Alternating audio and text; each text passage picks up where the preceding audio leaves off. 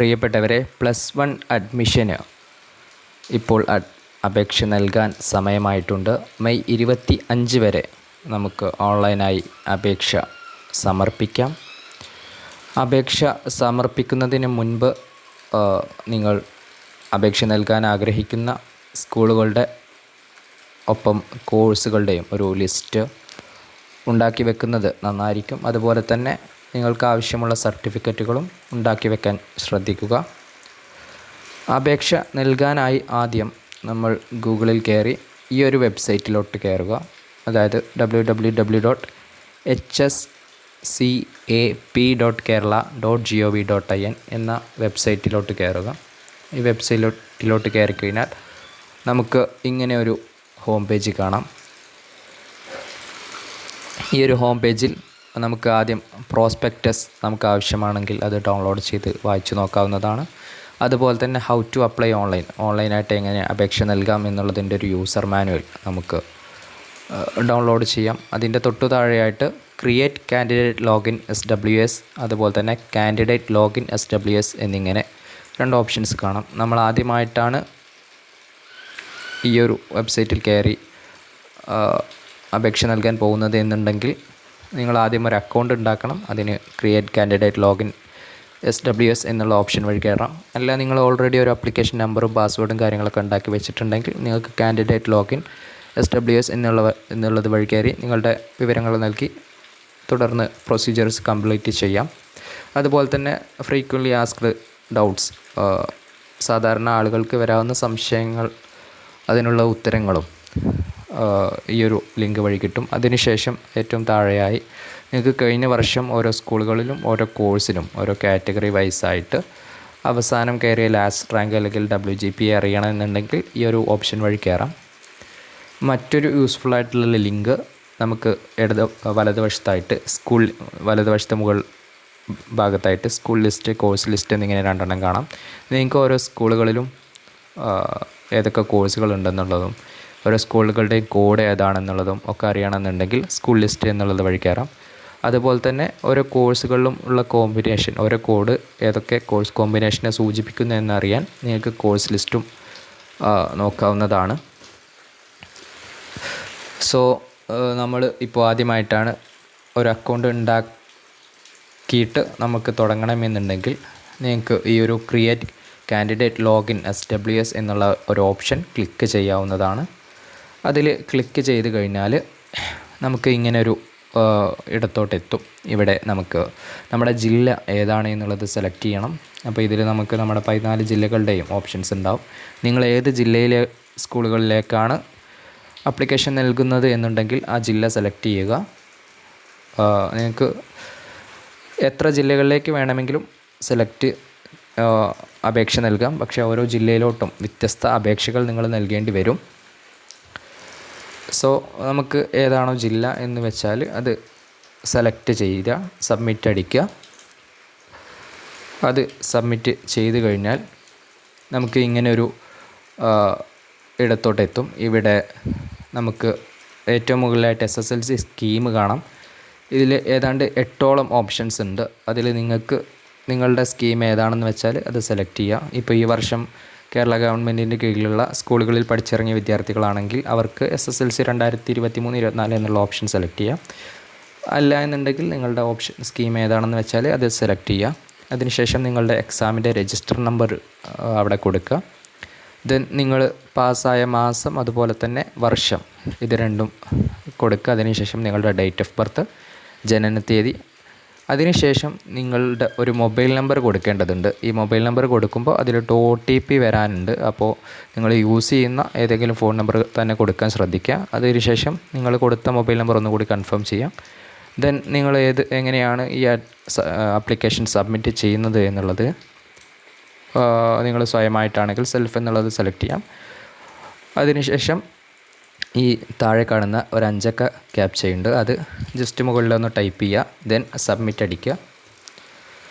Submit അടിച്ചു കഴിഞ്ഞാൽ നിങ്ങൾക്ക് അടുത്തതായിട്ട് ഒരു OTP മൊബൈൽ ഫോണിലോട്ട് വരും. അത് കൊടുക്കാനുള്ളൊരു ഓപ്ഷൻ ഉണ്ടാകും. അത് സബ്മിറ്റ് അടിച്ചു കഴിഞ്ഞാൽ നിങ്ങൾ നേരെ ഈ ഒരു ഭാഗത്തോട്ട് വരും. ഇവിടെ ജസ്റ്റ് നിങ്ങളുടെ ഡീറ്റെയിൽസ് ഉണ്ടാകും. അതിന് തൊട്ട് താഴെയായിട്ട് ഒരു പാസ്വേഡ് ക്രിയേറ്റ് ചെയ്യാനുള്ള ഒരു ഓപ്ഷൻ ഉണ്ടാകും.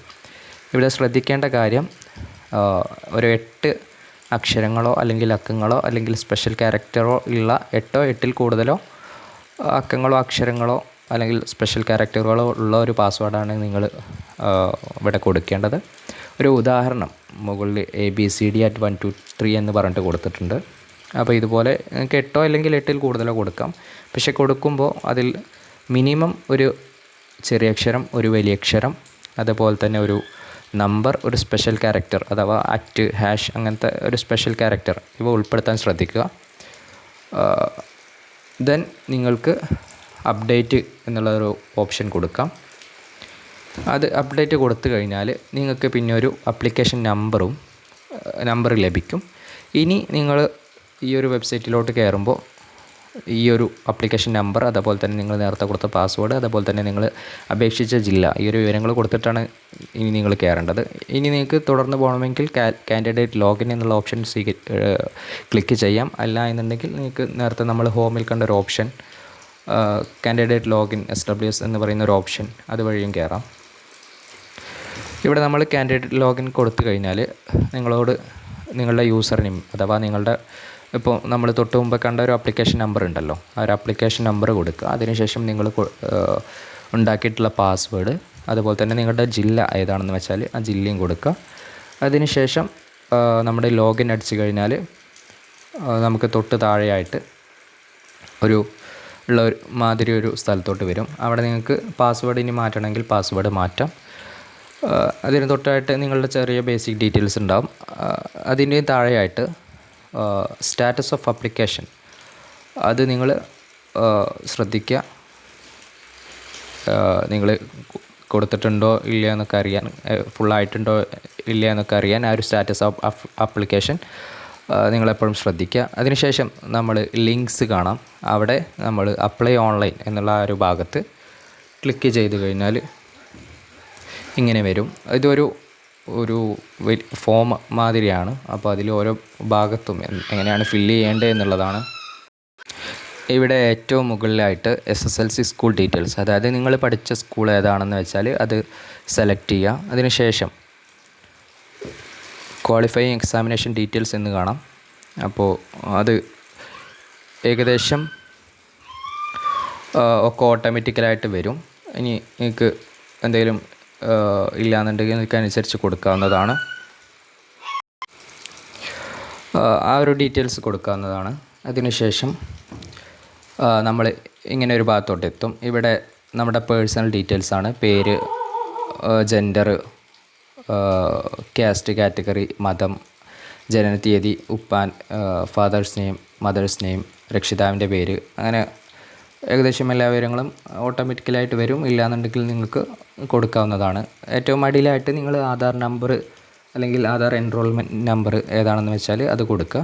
അതിനുശേഷം അതർ ഡീറ്റെയിൽസ് ഉണ്ട്. ഇവിടെ നിങ്ങൾക്ക് നിങ്ങൾ ഏതെങ്കിലും ലിംഗ്വിസ്റ്റിക്സ് മൈനോറിറ്റി വിഭാഗത്തിൽപ്പെടുന്നതാണെങ്കിൽ ആ വിവരങ്ങൾ കൊടുക്കാം. അതുപോലെ തന്നെ ഡിഫറൻ്റ്ലി ഏബിൾഡ് വിഭാഗത്തിൽപ്പെടുന്നതാണെങ്കിൽ ആ വിവരങ്ങളും കൊടുക്കാം. അതിൽ ടൈപ്പ് ഏതാണെന്ന് കൊടുക്കണം, ഡിസബിലിറ്റി, ഈ ഒരു ഇത്തരം വിവരങ്ങൾ കൊടുക്കുക. ദെൻ ഇല്ലയെന്നുണ്ടെങ്കിൽ നിങ്ങൾക്ക് അത് ഒഴിവാക്കി വിടാം. ദെൻ നമ്മളുടെ റെസിഡൻസ് ഡീറ്റെയിൽസിലോട്ട് പോകാം. അവിടെ സ്റ്റേറ്റ് കേരള ഏതാണെന്ന് വെച്ചാൽ അത് കൊടുക്കുക. അതിനുശേഷം ജില്ല ഏതാണെന്ന് വെച്ചാൽ അത് കൊടുക്കുക. ദെൻ താലൂക്ക്, അതിനുശേഷം നിങ്ങളുടെ ലോക്കൽ ബോഡി, നഗരസഭ അല്ലെങ്കിൽ പഞ്ചായത്ത് അല്ലെങ്കിൽ കോർപ്പറേഷൻ ഏതാണെന്ന് വെച്ചാൽ അത് കൊടുക്കുക. ദെൻ നിങ്ങളുടെ പെർമനൻ്റ് അഡ്രസ്സ് കൊടുക്കുക. നിങ്ങളുടെ അഡ്രസ്സ് എങ്ങനെയാണ് കൊടുക്കാറുള്ളത്, അതുപോലെ തന്നെ പിൻകോഡ് കൊടുക്കാൻ മറക്കരുത്. നിങ്ങളുടെ പെർമനൻ്റ് അഡ്രസ്സും കമ്മ്യൂണിക്കേഷൻ അഡ്രസ്സും സെയിം ആണെങ്കിൽ ആ ഒരു ചെക്ക് പോസ്റ്റ് ജസ്റ്റ് ക്ലിക്ക് ചെയ്താൽ മതി. ദെൻ അല്ലാന്നുണ്ടെങ്കിൽ നിങ്ങൾ ഏതാണോ കമ്മ്യൂണിക്കേഷൻ അഡ്രസ്സ് എന്നുള്ളത് ഉണ്ടെങ്കിൽ ആ വിവരങ്ങൾ കൊടുക്കുക. അതിനുശേഷം നമുക്ക് ആ ഫോമിൽ തന്നെ ഇങ്ങനെ കാണാം, ഒന്ന് ഗ്രേസ് മാർക്ക് ഡീറ്റെയിൽസ്. നിങ്ങൾക്ക് ഏതെങ്കിലും ഗ്രേസ് മാർക്ക് അവാർഡ് ചെയ്തിട്ടുണ്ടെങ്കിൽ അത് അങ്ങനെ കാണാം. അതുപോലെ തന്നെ നിങ്ങൾക്ക് ഏതെങ്കിലും ബോണസ് പോയിൻറ്റുകൾസിന് ഈ പറഞ്ഞിട്ടുള്ള ഏതെങ്കിലും ബോണസ് പോയിൻറ്റുകൾ അർഹത ഉണ്ടെങ്കിൽ അതിൻ്റെ വിവരങ്ങൾ കൊടുക്കാം. NCC, സ്കൗട്ട് ആൻഡ് ഗൈഡ് അല്ലെങ്കിൽ student police cadet, little കേഡ്സ്, dependent of jawan killed, അങ്ങനെ ഏതെങ്കിലും ബോണസ് പോയിന്റുകൾക്ക് നിങ്ങൾ അർഹത ഉണ്ടെങ്കിൽ അത് ക്ലിക്ക് ചെയ്യാവുന്നതാണ്, ഇല്ലെങ്കിൽ നണ്ണ് കൊടുക്കാം. ദെൻ എക്സ്ട്രാ കരിക്കുലർ ആക്ടിവിറ്റീസ്, നിങ്ങൾ സ്പോർട്സിലോ അല്ലെങ്കിൽ യുവജനമേളയിലോ ജില്ലാ തലത്തിൽ എ ഗ്രേഡോ ബി ഗ്രേഡോ സി ഗ്രേഡോ പാർട്ടിസിപ്പേഷനൊക്കെ നടത്തിയിട്ടുണ്ടെങ്കിൽ അതിൻ്റെ വിവരങ്ങൾ കൊടുക്കാം. അതുപോലെ സ്റ്റേറ്റ് ലെവലിൽ എത്തിയിട്ടുണ്ടെങ്കിൽ അതിൻ്റെ വിവരങ്ങൾ കൊടുക്കാം. ഇല്ലെങ്കിൽ ജസ്റ്റ് ഒഴിവാക്കി വിടാം. അതിനുശേഷം നിങ്ങൾ കോ കരിക്കുലർ ആക്ടിവിറ്റീസ്, നിങ്ങൾ NTSEയോ നാഷണൽ ടാലൻറ്റ് സെർച്ച് എക്സാമിനേഷനോ NMMSEയോ USSO LSEയോ ഏതെങ്കിലും ക്വാളിഫൈഡ് ആയിട്ടുണ്ടെങ്കിൽ അതിൻ്റെ വിവരങ്ങൾ കൊടുക്കാം. അതുപോലെ തന്നെ നിങ്ങൾ ഏതെങ്കിലും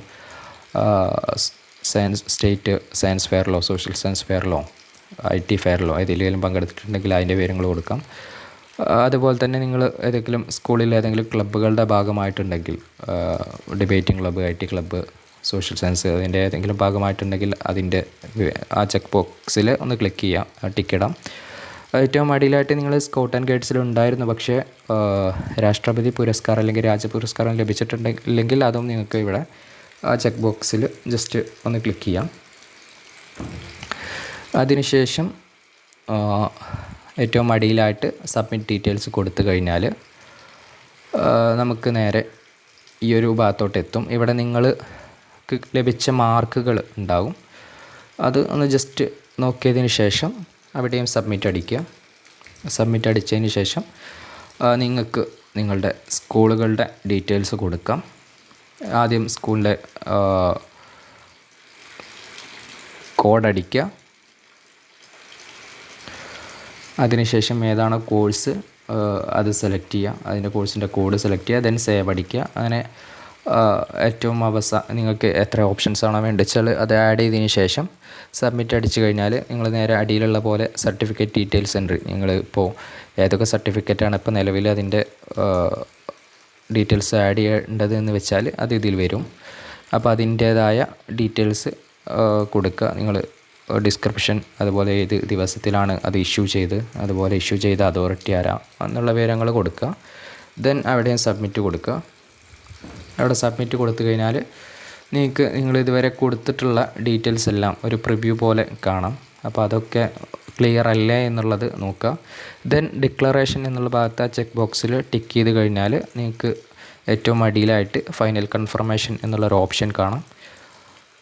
ഒരു ഓപ്ഷൻ കൊടുത്തു കഴിഞ്ഞാൽ നിങ്ങൾക്ക് നിങ്ങളുടെ ആപ്ലിക്കേഷൻ ഫോം പ്രിൻ്റ് ചെയ്യാനുള്ള ഒരു PDF ആയിട്ട് വരും. അത് നിങ്ങൾ എടുത്ത് സൂക്ഷിച്ച് വെക്കുക. ഇപ്പോൾ സ്കൂളിലൊന്നും കൊടുക്കേണ്ടതില്ല, പക്ഷേ നിങ്ങൾ +1 അഡ്മിഷൻ എടുക്കുന്ന സമയത്ത് അത് ആവശ്യമായിട്ട് വരും. So thank you.